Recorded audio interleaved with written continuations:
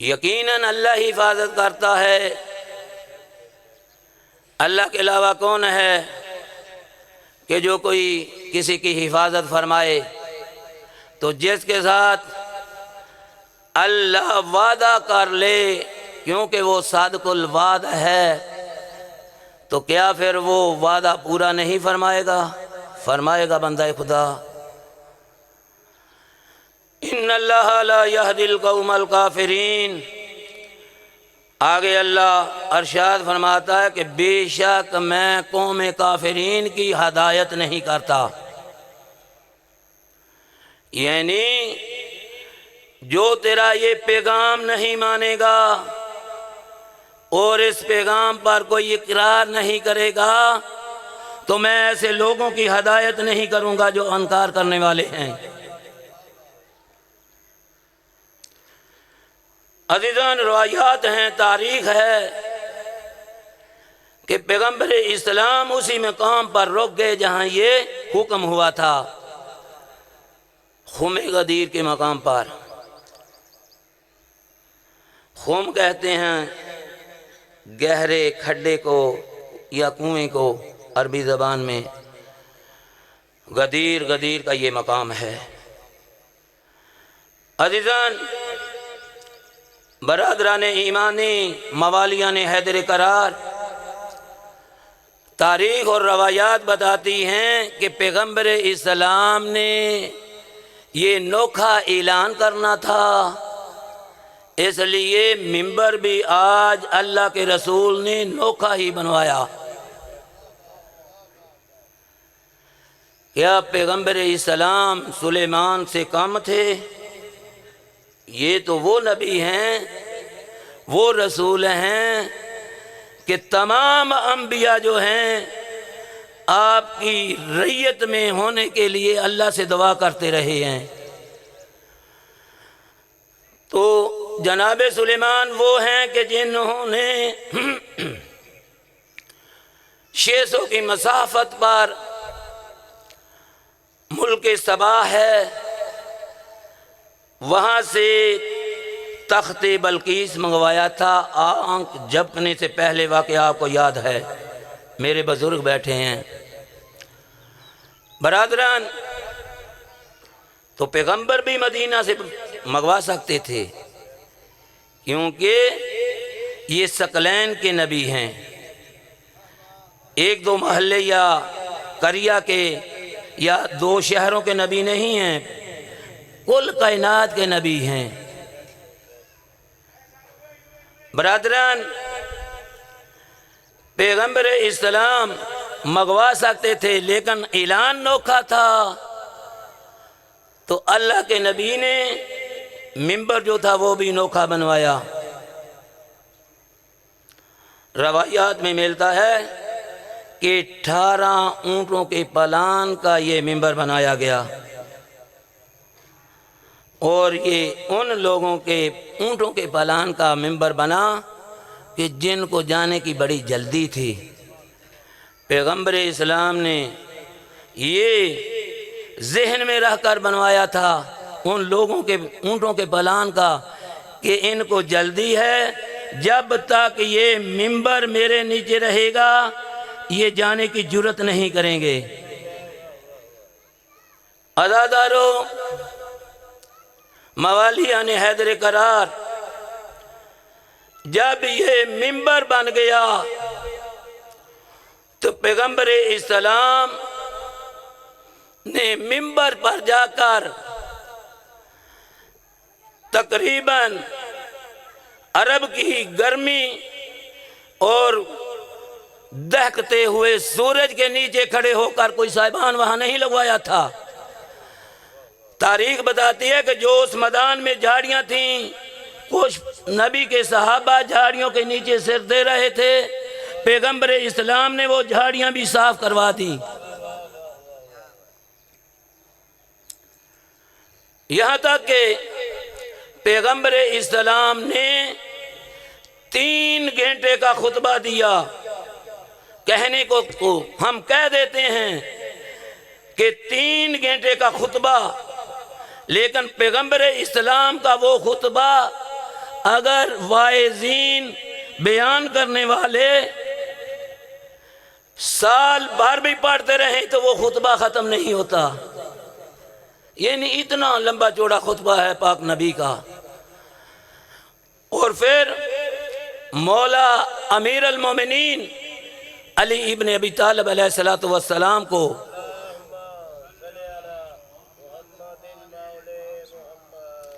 اپنے پاس بلا کر کھڑا کیا اور لوگوں سے کہا کہ اے لوگو، کیا میں تمہاری جانوں اور مال اور عزت کا استعمال کرنے کا زیادہ حقدار ہوں یا نہیں؟ سب نے کہا کہ ہاں یا رسول اللہ، آپ کا ہماری جانوں پر، ہماری عزت پر اور ہمارے مالوں پر ہم سے زیادہ تصرف کرنے کا حق رکھتے ہیں. جب یہ کہا تو پیغمبر اسلام محمد مصطفیٰ صلی اللہ علیہ وآلہ وسلم مولا امیر المومنین علی ابن ابی طالب علیہ السلام کی طرف رخ فرمایا اور ان کا بازو پکڑ کر تاریخ بتاتی ہے کہ اتنا بلند کیا کہ یہ بغل کی جو سفیدی تھی وہ نظر آ رہی تھی. تو ساتھ پیغمبر اسلام نے ارشاد فرمایا من کنت مولا ہو فہذا علی مولا، کہ جس کا میں مولا ہوں اس کا علی مولا ہے. برادران، ایک دو دن نہیں، سب نے اس وقت اقرار کر لیا اور پیغمبر اسلام نے ایک خیمہ نصب کرایا. یہ اعلان کے بعد وہاں مولا امیر المومنین علی ابن ابی طالب علیہ السلام کو بٹھایا اور سب صحابہ کرام نے، وہ 1,20,000 تھے یا 1,24,000 تھے یا 1,30,000، جتنے بھی تھے سب نے مولا امیر المومنین علی ابن ابی طالب علیہ السلام کو ایک ایک دو دو کر کے یا تین تین کر کے سب نے مبارکباد دی. کہا بخن بخن یا علی، آپ اے علی مومنوں کے امیر بن گئے ہیں، آپ کو مبارک ہو، واہ واہ یا علی. یعنی سب نے اقرار کیا مولا کی ولایت کا. اور یہ میلہ جو تھا غدیر کے مقام پر 1 دن نہیں، 2 دن نہیں، 3 دن تک لگا رہا. اور پیغمبر اسلام محمد مصطفیٰ صلی اللہ علیہ وآلہ وسلم نے ساتھ ارشاد فرمایا ایھا الناس، اے لوگو، جو یہاں موجود ہے وہ تو موجود ہے، جو یہاں موجود نہیں ہے تو جو بھی اپنے وطن میں پہنچے اس پر واجب ہے کہ میرے بھائی علی ابن ابی طالب علیہ السلام کی ولایت کا اعلان کرے. تاریخ بتاتی ہے کہ سب صحابہ نے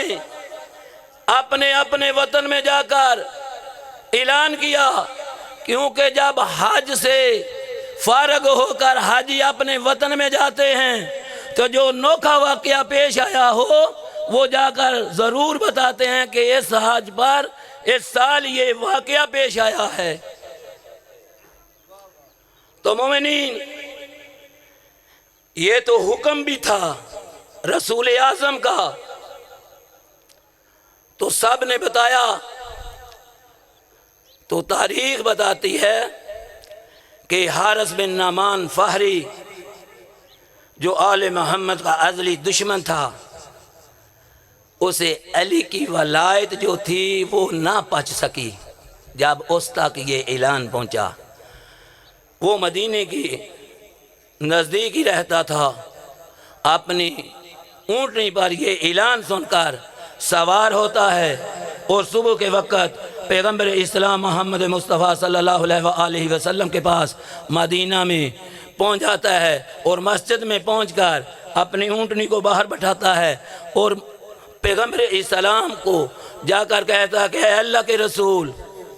تو نے ہمیں حج کا حکم دیا ہم نے حج کیا، تو نے ہمیں نماز پڑھنے کا حکم دیا، ہم نے نماز بھی پڑھی، اور تو نے ہمیں زکوٰۃ دینے کا حکم دیا، وہ بھی ہم نے ادا کی، پھر تو نے ہمیں جہاد کرنے کا حکم دیا، وہ بھی ہم نے کیا۔ عزادارو جب یہاں تک پہنچا اور پہنچ کر آخری الفاظ کہتا ہے کہ یا رسول اللہ، اللہ کے ایک ہونے کا تو نے کہا، ہم نے وہ بھی اقرار کر لیا، اور پھر تو نے ہم پر علی کو جو مسلط کیا ہے، حاکم بنایا ہے، کیا اللہ کی طرف سے ہے یا تو نے اپنی خواہش کی وجہ سے کہ تیرا بھائی ہے اس وجہ سے ہم پر مسلط کر دیا ہے؟ یہ کہنا تھا تو پیغمبر اسلام محمد مصطفیٰ صلی اللہ علیہ وآلہ وسلم ارشاد فرماتے ہیں، اے بندہ خدا، میں تو وحی کے بغیر بولتا نہیں ہوں، جب تک اللہ کی وحی نہ آ جائے میں نے اپنی طرف سے علی کو آگ پر حاکم نہیں بنایا، اللہ نے مجھے حکم دیا ہے۔ جب یہ کہا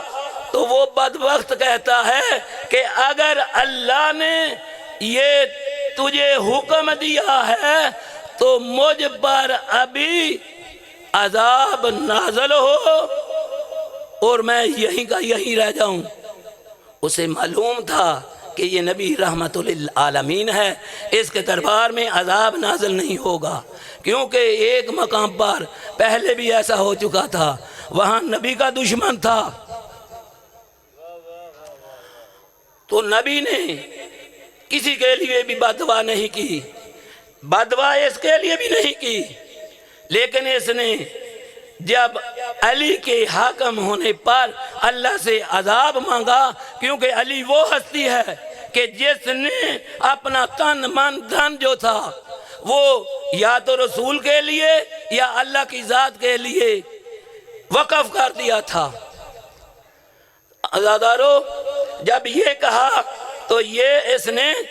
اپنی اونٹنی کی طرف جب چلنا شروع کر دیا، تاریخ بتاتی ہے کہ یہ اونٹنی کے قریب پہنچا ہی تھا یا اونٹنی پر سوار ہو گیا تھا، اللہ نے ایک کنکر پتھر کی، جیسے ابابیلوں کے ذریعے ابرہ بادشاہ کے ہاتھیوں اور اس کی فوج کو تباہ برباد کر دیا تھا نا، اور قرآن نے اس کی تفسیر کشی کی ہے کہ جیسے یہ بوسا تھا، یعنی اب پنجابی زبان میں یہ توڑی جو بنتی ہے، اس طرح کے ہو گئے تھے وہ لوگ۔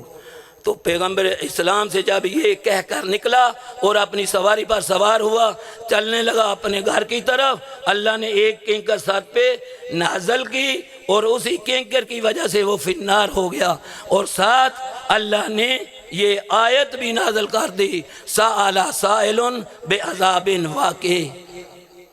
کہ سائل نے سوال کیا عذاب کے واقع ہونے کا، تو اللہ نے بتا دیا آنے والی نسلوں کو بھی کہ جو بھی علی کے خلاف بولے گا، جو علی کے خلاف بھونکے گا، وہ اس دنیا میں بھی فی النار ہوگا اور آخرت میں بھی فی النار ہوگا، کیونکہ علی ہی وہ ہستی ہے کہ جس کے لیے پیغمبر اسلام نے فرمایا یا علی انت قسیم النار والجنہ، کہ اے علی تو ہی جنت اور دوزخ کے تقسیم کرنے والا ہے۔ برادران، علی کے فضائل اگر انسان پوری زندگی بھی بیان کرتا رہے تو نہیں کر سکتا۔ محترم آپ پڑھنے کے لیے آئے؟ اچھا، بس 5-10 منٹ۔